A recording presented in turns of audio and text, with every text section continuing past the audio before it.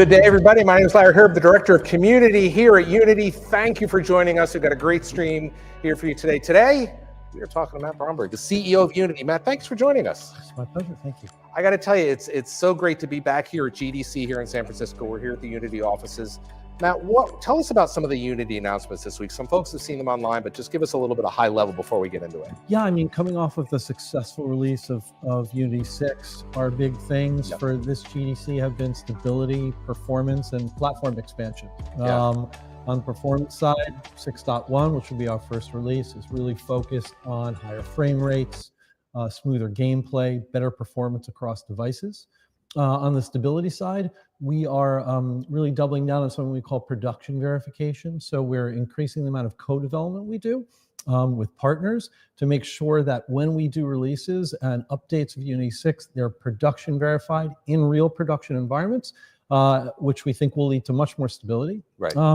And then finally, it's really about platform expansion. Unity has always been about ubiquity, about building games on any platform. We've doubled down with the release with the release of support around web GPU, much more in XR, MetaQuest, and instant games. So those are our things: stability, performance, ubiquity. I mean, it's really been an interesting point. And when you look back, people may not know this, but you haven't even been here 12 months. You've been here 9 months. 9 months. Yeah. And so tell us about what that 9 months and how things are going. I think they're going great. It's been a privilege for me to be here, and really a privilege for me to connect with our community and our customers, which is really what I've spent much of the first 9 months doing. Yeah. I was a customer of Unity for many years, and so I really kind of fundamentally and uniquely understand what's great about Unity. But I also think I bring a little bit of a customer's sense of like, hey, I also think we can be better. And one of the things I felt coming in was that we had lost this connection with our community. We weren't partnering with people as much as we should. And so the first 9 months has just been a lot about getting back to that place where we really understand what the pain points are, what people want and need from us, and doing the best we can to deliver that. Yeah, you said it real well. And that's one of the reasons I'm here. I've only been here 8 months. I started a little bit after you did. And, I love the focus that you're bringing to the product teams and helping give them real crisp direction. And we're seeing the results already. I mean, the truth is that you can make things sometimes more complicated than they are. One great way to figure out what to do is just to ask people who use the product what it is they want and what they need. And if you stick really close to that energy in general, as a company, you're in really good shape. We're going to get into some questions. We're doing questions live. You okay with doing some live? Sure. Okay. It's too late for me to say no. It's too late to say no. All right. So we're here. We got a bunch of questions coming in. So they're all coming into my laptop here. Some folks are bringing them over. So we're going to get to your questions as best we can. So let's get started. Enzi from Discussions, which is discussions.unity.com, asks, how would you invigorate our view in trusting Unity for upcoming years? Yeah. Building trust in anything or in anyone it's always sort of the same process, right? All you can do is be as transparent as possible, communicate as clearly as you can, and let people know what you're going to do. And then you do those things. And then you go back and you communicate clearly again about what you're going to do, and you do them again.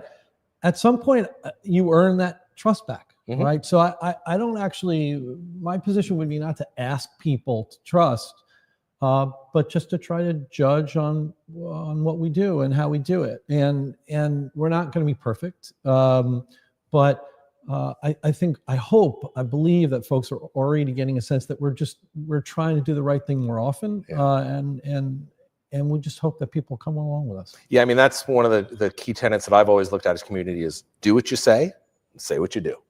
I mean, there's really not much more to it. And I know that we have this strange history where, that hasn't always been the case. Right. It's just not how we're going to do things. All right, we're going to getting back to Discussions. Marble from Discussions asks, what is Unity's pitch today to keep developers using their technology and not a competitor's? There's a lot of different engines out there. There are, and we're super respectful of the competitors we have, and we understand that people have choices. It's our belief that certainly over the last 20 years, we've proven ourselves to be the best engine for most use cases and most devices. and you get started for free. And we've built tools which are market leading, no matter what you want to do. You want to build high fidelity games for PC or console, like 30% of the top titles on Steam are made with Unity. 70% of the top mobile games in the world are made with Unity. We talked a little bit earlier about support we have, and we're adding in web GPU and XR and AR, where in AR, 7 of the 10 top games in AR this year were also made with Unity. There's a reason for that. And because the tool works. Yeah. And I guess I would just, I think as long as we're clear about that, and as long as we continue to connect and support the community, I hope that'll continue. You said something really interesting about the stability and so forth early on, but also today we released a video about the roadmap of 6.1, and so you should go check that out as well. And we'll put the link in the chat if you're looking for that. But that talks about a lot of where we're headed. Yeah, I mean, this is the exciting thing about where we are in the games industry right now. There are so many fascinating, interesting things going on, and our roadmap going forward in 25 is going to be a lot about building AI into Unity and using sort of agentic tools to make Unity easier to use, to routinize, to be able to move faster through some routinized functions and some of the pain points. Yeah. And that's an amazing opportunity, because as a tool provider, like a proud tool provider, the one thing we can do for the industry, I think more than anything, the role that we should play is to try to make it easier and faster to build games. And if we can bring AI to bear on that problem and make it easier for our users to use, that leaves more time for innovation. It means game makers can make more new things, and that powers the industry forward. So, and we're very, very excited about the role that AI can play in that, not replacing the creator, but helping the creator create in the context of our platform. Right. Yeah. I mean, that's what we all want to see with AI, is take the stuff I don't like to do and help me do it better or faster. Yeah. I mean, Unity is, I think, by far the easiest game engine to use in the world, but that doesn't mean it's easy, right? There's a lot you need to learn. You need to be able to script, and you need to be able to understand how to use the shader tool and the things there are complicated things in our tool. You want to be in a position one day just kind of to be yelling at at our platform or what you want, like, give me this, give me that. And, that will happen over a period of time, but bringing AI tools onto the platform is the start. And we're excited about it. All right, we're going back to some questions from discussions. Stanstad from Discussions asks, now we've seen some threads around Unity. Now this is the business side of it, the long-term stability and profitability of this company. Yeah. So the question is, Stonestad from Discussions asks, as revenue declines, how can Unity sustain its feature delivery cadence to remain competitive? Yeah, I mean, I think there's a lot of misunderstanding, and for reasons I don't quite get, about the company. And Unity is a really healthy, very profitable business, and especially our engine business is growing really solidly and has been growing really solidly. So this narrative that there are issues there, it's just not a real thing. Like, were there changes we need to make? Yeah. Like, do we need to make some choices so that we could focus better? Absolutely. Are we working really hard to improve parts of the business? Yes. But Unity is in a great place. All right, we're sitting here talking to Matt Bromberg, the CEO of Unity. If you're just joining the stream, thank you for joining us. We're live here in San Francisco at the Game Developers Conference, GDC. You've been to a ton of them. I've been to a ton of them. It's great to see old friends here. But we're taking your questions live in the chat, so feel free to drop them in the chat wherever you are on Twitch, YouTube, and they're coming into me here. So we've got a lot of questions about the anticipated updates to Unity 6. We talked about the roadmap earlier. You teased some Unity 6 updates. Can you share some more details about 6.2 and 6.3 coming up? Yeah, I think, we talked a little about a couple of minutes ago about AI and bringing AI to the platform. The other thing we're really working on are bringing partners, especially Gen AI partners, and doing bespoke integrations of some of the top partners, so that developers can really integrate Gen AI tools into their workflows. Okay. It's really easy to go out using these big consumer tools and get a great image quickly. Or sometimes not so great. You've seen the thing with the fingers. Yeah, that's a fair point.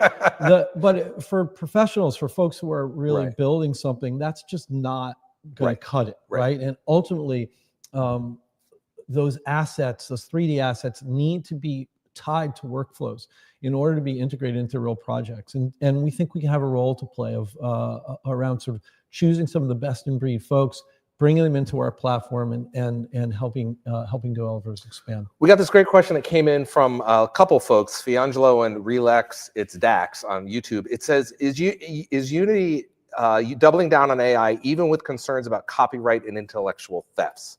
Will AI features be optional? Yeah, of course, if you don't want to use the AI tools, absolutely, you don't need to.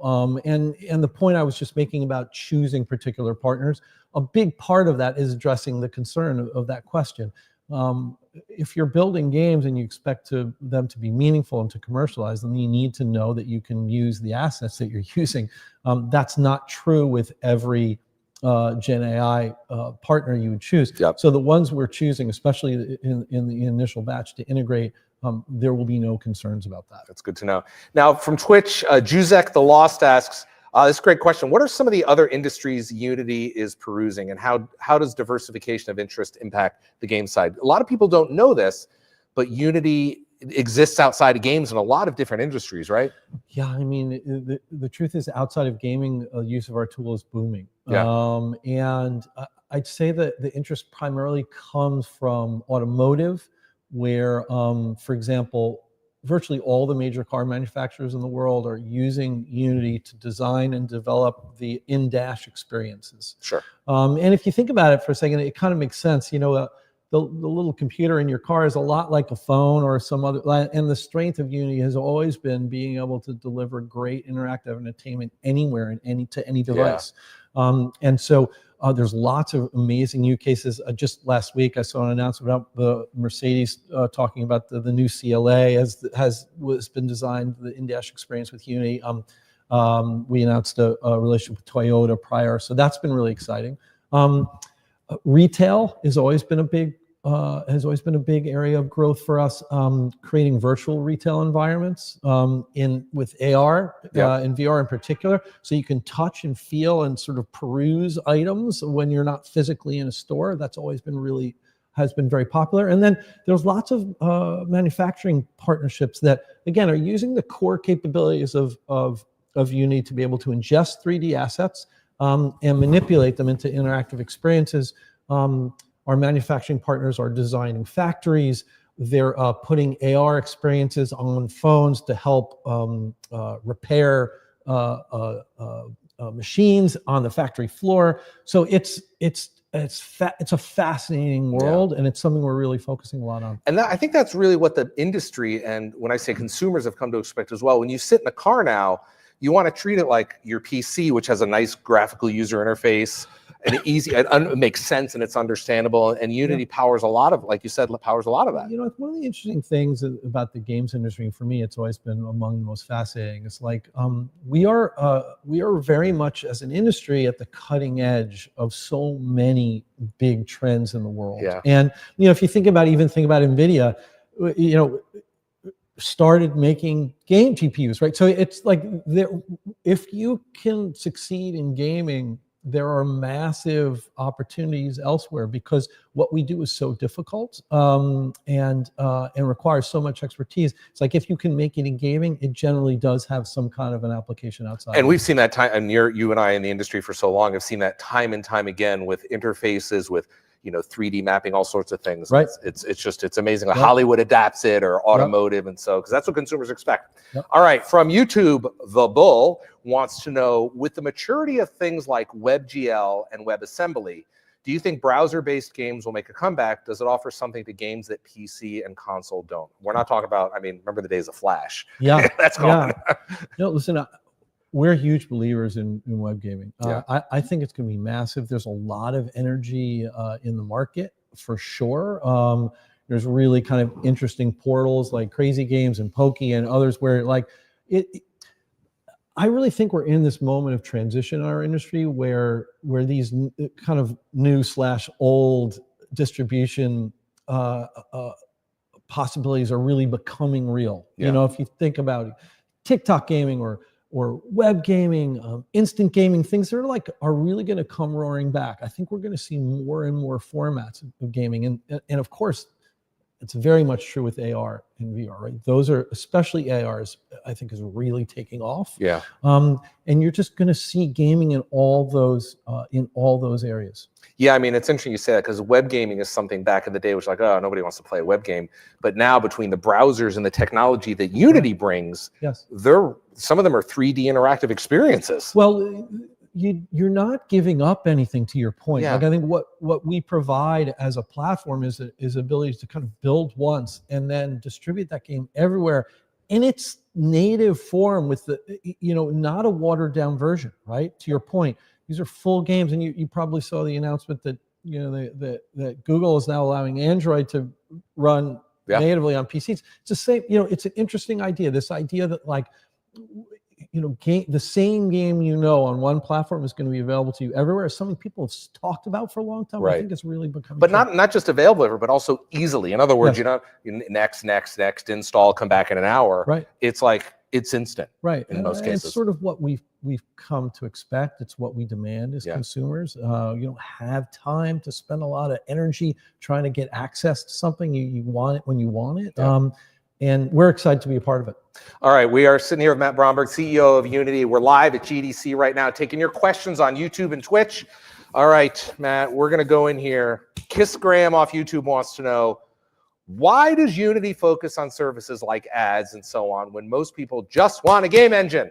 That's what he says. Why not focus more on your core thing, being a game engine? Yeah, we get that question a lot. And I guess the first thing I'd say is not every user, not every customer is the same. So for developers who have an interest in building games that ultimately reach big audiences, it is important to those developers and to those users to be able to acquire new users. Yeah. And if they're building an experience which is going to include advertising as a part of the strategy around monetization, selling that advertising is important. So I fully accept that some folks have no interest in it. I respect that, but also I think it's important to point out that lots of folks who use Unity are really interested in those tools. Yeah. The second thing I'd say is that I just think the idea that it's a choice is not right. You can do a couple of different things, right? And we effectively really only do two things. It's not a million things, right? We build an engine. And we think that there is value to be provided for folks who are using our engine building games to have access to be able to acquire customers when and if they get to that phase of development. And I think those things really can work together if you do them properly. Right. So that's what we try to do. Yeah, it kind of dovetails into the next question from Bigger Bino on YouTube. I see you. What's being done with all the things Unity has been acquiring but seemingly not using? Yeah, I mean, we've definitely de-emphasized some of the stuff. I mean, back to the original question. Yeah. We acquired over the years a lot of different tools, and some of them are great. They're actually all great tools, but they didn't all fit really neatly into our platform. Right. And to me, those things were much more distracting than, for example, the question about providing advertising related services. Like, those things were hard to figure out for the engine. Right. And so we have recently made some decisions internally and really decide to kind of focus on the core value proposition. Mm-hmm. And that's why, as we were talking about at the beginning, this idea of like focusing on performance and stability and operating across every possible platform in a really high fidelity way, those are like the core things for us.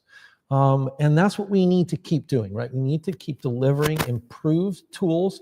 We need the tools to get better a little bit every day, a little better every day. And that's what we owe the customer, and that's what we're really focused on. I'm just keeping my eye on the chat here. We got a lot coming in here. You guys have a chance to talk directly to the CEO of Unity here, like I am, and I'm just proxying your questions. And the next question comes from Twitch. Mutantfish asks, as CEO for Unity, what is the one thing that's not a standard tech company talking point that you really want to achieve for Unity in your time as its head?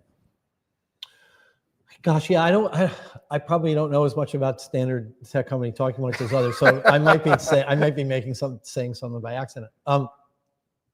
You know, for me, like the reason I go to work and the reason that our teams, come in is we want to do the right thing by the folks who use our engine, and we want to make it better. We're proud developers of something that we think is really important in the world, something that enables folks to make something great. And for me, that means a lot. Like I spent 20 years ish making games.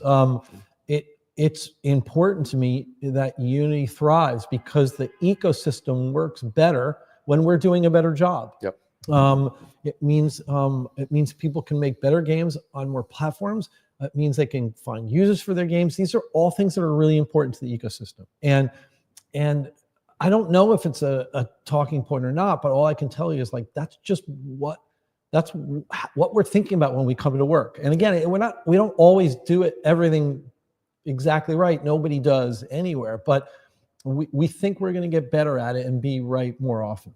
I've got a few questions in here about, you talked about being in the games industry for a while, but are you a gamer and what do you play? Yeah, I love this personally. The opportunity to do it professionally has been just really an incredible privilege for me. I'm a big sports gamer, so I'm an obsessive FIFA player. Okay. I did used to work in Electronic Arts, but I'm an enormous FIFA and Madden player. Okay. I also am a big RPG player. Big Diablo guy. I used to work at BioWare, so I'm a lover of story-driven games. Nothing better than those Mass Effects, right? And and of course, a million mobile games. Yeah. But it's I love it. It's not like for me, I don't think about it as an industry or I just think about the stuff, the games, and it's a really important part of my life. Yeah, I mean, it's great. I mean, you've been involved with so many games over the years, and it's also been great to see how gaming has evolved. Yeah. We talked about WebGL and all the rest of the place. It's great to be along on that ride. You're sitting at the helm right now. Yeah, I mean, it's what's really interesting is the experiences I had making games, and it's as everybody on the stream knows because they're doing it, it's just really hard. Yeah. It's a really hard thing to do well, and it's always been really hard to make a great game. And so the opportunity to come to the other side and try to figure out okay, how can we help make that easier? Yep. That part of it has just been really fun. We talked about, you've been here about 9 months or so, but some of the questions from YouTube, Jason Prismatis and fried cheese macaroni ball. Okay. Fried cheese macaroni. Yeah, whatever that is. It. How would you describe sounds delicious, actually. It's lunchtime. Yeah. How would you describe the next 5 years for Unity, and what do you think Unity's biggest strength will be in 5 years when we look back? Yeah, I think that Unity's biggest strength has always been its extensibility. Right. We're a platform and an assembly point where you can bring whatever the best tools, whatever the best assets, whatever you need to kind of make your vision come to life, you can build directly into Unity and take that tool set. That strength, I think, really favors us over the next 5 years because the world is moving in the direction of being able to take the best possible tools, AI-driven, not AI-driven, and easily build them into your workflows, easily kind of put the strengths of each of those tools at your fingertips. And so what we're going to do over the next 5 years is do all the things that we're doing, take advantage of that platform, and help people come into what will be, I think, a really exciting next generation of how to build games. I've seen some of the questions come in here as we look at the chat. We got a bunch more. We have about 15 to 20 more minutes. I know you've got a bunch of meetings here at GDC. So if you have some questions on Twitch or YouTube, drop them in from Matt Bromberg. Now's your chance to get in front of him. I'll take it and I'll put it right in front of him. Matt, it's as we look back in the games industry, there's been so much evolution over the past few years. And as you look forward, we're looking at AI. We're getting ready for another AI question. Yeah. Prescol on YouTube asks, will Unity push into behavioral AI and develop behavioral AI tools that could have massive effects on the immersion of games? Yeah, it's really interesting. What we have worked really hard on a number of technologies that we think will help enhance emergent gameplay like that. Right. We have a tool and technology we call Centis, in which we're pushing inference out onto the device. I think on-device inference is going to be the way things go. It is going to enable the kinds of like smart NPCs or emergent behavior that's going to be really exciting, which where you get this immediate impact on device. I believe that is going to be huge. Yeah, and it's interesting because AI has a bunch of different facets. We talked early on about how Unity is using AI in the tool to help developers, but then it's also the in-game experience of having those AI that it's not just the when you have to follow. We've all done those different tasks where you have to follow the person who's slowing down and whatnot. But it makes it just so, to your point, so immersive, and we're at the point where the power is there. We just need to unlock it. Yeah, it just hasn't happened yet. I think people can see the promise, but it will happen. I mean, the tools are moving so quickly. I'm really optimistic about it. Speaking about tools, we got a question in the chat here, and there's been a few like this, so I'm just going to summarize. I'm not going to apply it to one person. Why should a developer choose Unity over something like Godot or Unreal? Yeah, I mean, look, there's really no barrier to entry, particularly if you're starting out, right? It doesn't cost anything to pick up the tool. And by the way, I would encourage people to just compare tools. Yeah. Not every tool is right for everything, right? So the first thing people should just make up their own mind. Yeah. And the reason I feel confident about giving that advice is I think that for most games and most interactive applications, Unity is going to be the best tool. As I said, it's the most open tool. It's the most flexible tool. And it's a tool that we've just been working on for a really long time and making better and better. So I encourage people to check out all the options out there. And I think in the end, I hope and believe that will be the tool of choice. And one of the reasons you're here is community. And that's what's really incredible. If you look at this, like so you download the tool, you're like, I want to make a game. I want to play around with it. Download the tool, like Matt said, it's free. Yeah. But then go to learn.unity.com and you have a whole tract of things you can learn from, whatever you want to do. And not only that, but then we've got discussions, communities where if you're having a problem or a question, there's a ton of people out there. That's a great point. I mean, the thing about Unity is that it's not just the strength of the tool that has been built over the last 20 years, but to your point, it's a really welcoming, enormous community of developers who help solve one another's problems. Yeah. And so when you're choosing Unity, you're also choosing the community. And that's why we're just really grateful for the folks who are listening today in our broader community, because without the community, the tool, it's nothing. Like, you need both. Yeah. And the community of folks who know how to use Unity and connect to one another, it's just irreplaceable. I don't see it anywhere else. Yeah. Yeah. I mean, if you're up at 2 o'clock in the morning working on that project as your side hustle and you need a question answered, you're pretty much probably going to find it on our Discord or on our discussions. Yeah. And there's going to be, because the games industry is great because it's not like if you're developing a game and I'm developing a game, I want to see you fail or you want to see me fail. We're in it together. Yeah. And I want to see you succeed because all boats rise, right? Yeah. And that's all right. Getting back to the questions on YouTube and chat, we've only got about 15 minutes here left. One of the questions coming in, it seems that Unity is focusing more on its ad business than ever. Why is that? Yeah. Well, look, as I said before, finding audiences is an important part of building games. Again, not for everybody, but one of the things that we really feel is unique about Unity is that we're the only company in the world that can sort of help developers across the entire life cycle of development, from prototyping through being in production, operating live service, and then going out and trying to find new players. There's nobody else that can link all those things together. Mm-hmm. And we think if we do a really good job integrating those experiences, that we can create value for our users. Yeah. And we think there's a real opportunity to do it in a different and a better way that's focused on the quality of the experience, around safety and privacy. And And so it's just something we believe in. YouTube's Animator. I'm trying to get through the questions as quickly as possible because I know there's a ton of them and we don't have. I'll try to talk quickly. No. You're doing great. Okay. Zenimator, really? Okay, I'll ask the question. Here it comes. Will the next version of Unity be able to change the game industry? Yeah, I hope so. Listen, this next few years is going to be incredibly exciting, right?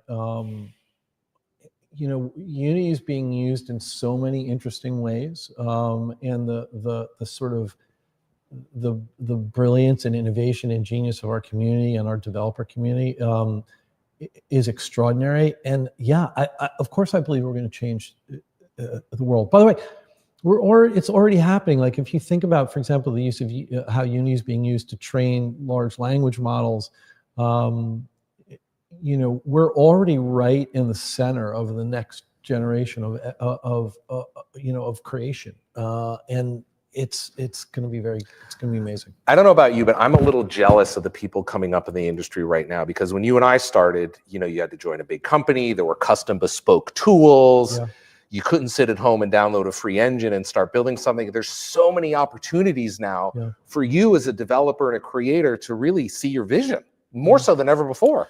I do think that the next 5 or 10 years are going to be, I'm very excited about the future of our industry. And I do think a big part of it is that the more powerful the tools get, the more flexibility and freedom developers have. Yeah.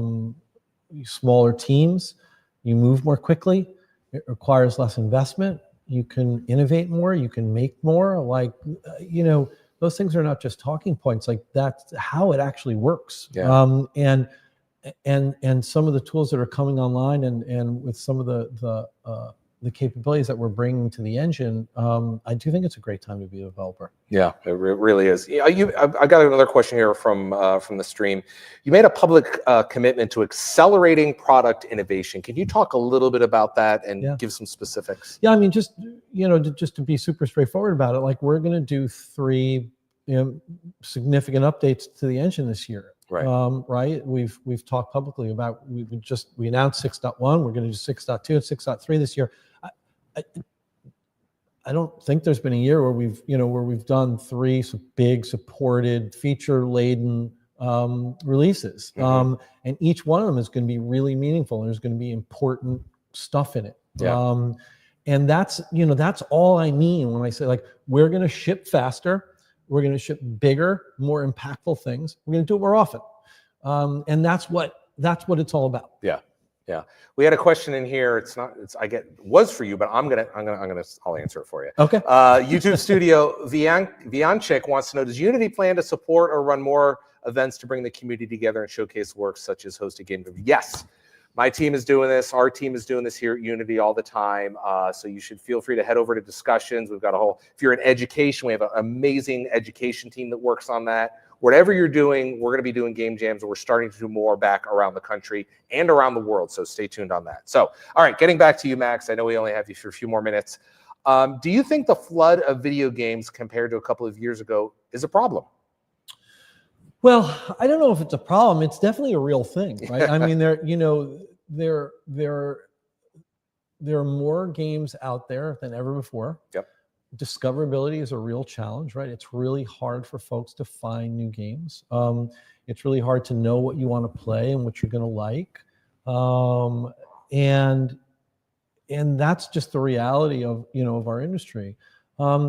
And I guess it is a problem in the sense that it makes it hard to find new stuff, and I think it makes it hard for new developers to break through. But I also believe that generally speaking, like real innovation is rewarded in our world, and there's also an explosion of new distribution platforms and new places to connect with possible customers. Again, we've been talking a little bit about us making investments to try to help folks find new users. Like that part of the ecosystem is getting stronger too, and all these new platforms are a big part of that. Like some of the innovation that is going to take place again is not just around gameplay innovation, but it's going to be around business model innovation. It's going to be around distribution innovation and marketing innovation. Like we need all those things to come into play in order to to kind of help combat just the explosion of noise and new stuff. Well, it's not, and to be clear, it's not just in the games industry. There's Netflix with a zillion seasons and a new show for you to watch. So there's everything's competing for your entertainment mind. It's the nature of the world, Yeah. It's again, especially as the tools become more accessible, you're just going to have more stuff. But I do believe in general that the good stuff will rise to the top. Got a question here from Terrell Turner on YouTube. Thank you for tuning in and asking your question. Thank you for this Q&A, Matt. What does the future of Unity look like? You kind of talked a little bit about that, so let's do a little summary of it. Yeah, listen, what we do is like we come to work every day and think about how can we put things in the tool that makes it easier for folks to create amazing games and interactive experiences. That's what we think of. I don't think that fundamental vision is going to change radically in the future. Mm-hmm. The tools will change, and the nature of gaming will evolve, but it's our goal to try to be at the center of the creation process, and to provide what folks need to makes them want to keep us at the center of that process. And I think that's a vision and a commitment that's not going to change. Got another couple more questions before I let you go. Developers depend on Unity and build whole businesses on the engine. Yeah. So obviously the stability of the company is very important. We're talking about financial stability. You mentioned company profitability earlier, but how are you thinking about ensuring the company's financial health in the long term? Yeah, I mean as we talked about before, the company is really super solid. So I just again, I know there's this narrative about that. Folks don't need to worry about that, right? We're taking care of that. Over time, when you're running a company, mostly for me, that's about making choices. I think sometimes in the past, it's like the thing about Unity that's so cool is that it sits at the intersection of all these really exciting big forces, online advertising and 3D and AI and game development and so much different stuff that it can be hard to remain focused because it makes you want to chase and lots of stuff. I think that when companies get into that kind of a mode, it creates risk for them because it's distracting and it causes you to make investment in lots of different things. And those are the kinds of things that get companies in trouble. When companies are great, they really understand and are connected to their community. They understand their role in the world, and they're laser focused on just doing a couple of things really well. Right. And so that's what we're going to do. We're just going to focus every day on making the tool better, in enhancing our ability to help developers find new players, and that's all we're going to do. And it's kind of my job to ensure that we don't get distracted and we just keep doing right by our community and our customers. And if you stay close to that and you listen, you're generally in good shape. It's kind of like you talked about playing RPGs. I play RPGs. I'm sure folks watching. You don't want to do the peanut butter approach. You don't want to have a little bit. Yeah. You want to go deep on a few. I stay on the main quest. That's what I do. I go from the front to the back. That's just how it goes for me. But not everyone plays that way. All right, Nettie Xenon asks, this is probably the last question because I know you got to go. We're almost running out of time. As Unity continues to evolve as a leading platform for real-time 3D development, how do you envision balancing the needs of indie developers and small studios with the demands of larger enterprise clients, especially when it comes to pricing, accessibility, and feature development? Yeah, I mean, we're gonna just try to continue doing the kinds of things we're doing, where we make the tool available for free or little cost to as many people as we can. Yep. And the sort of health of the ecosystem requires that big developers who have big businesses are going to pay a little bit more, and that's going to enable us to invest in the tool, and the tool is going to get better for everybody. And it's really important that we get more and more folks using Unity all the time. And so that's what we're going to continue to do. We want the tool to be accessible. We want folks to plug into the community and to us, because it's incredibly important for the future. All right, we are wrapping up here now. Before we go, do you have anything you want to say? I mean, you've been talking to them for 45 minutes, but do you have anything you want to say directly to the developers watching that are just starting out and building amazing things with Unity? Listen, I want to thank people for for using Unity and for making the community better and for investing their time and energy. It's meaningful to us. It's important to us, and I hope you keep doing it.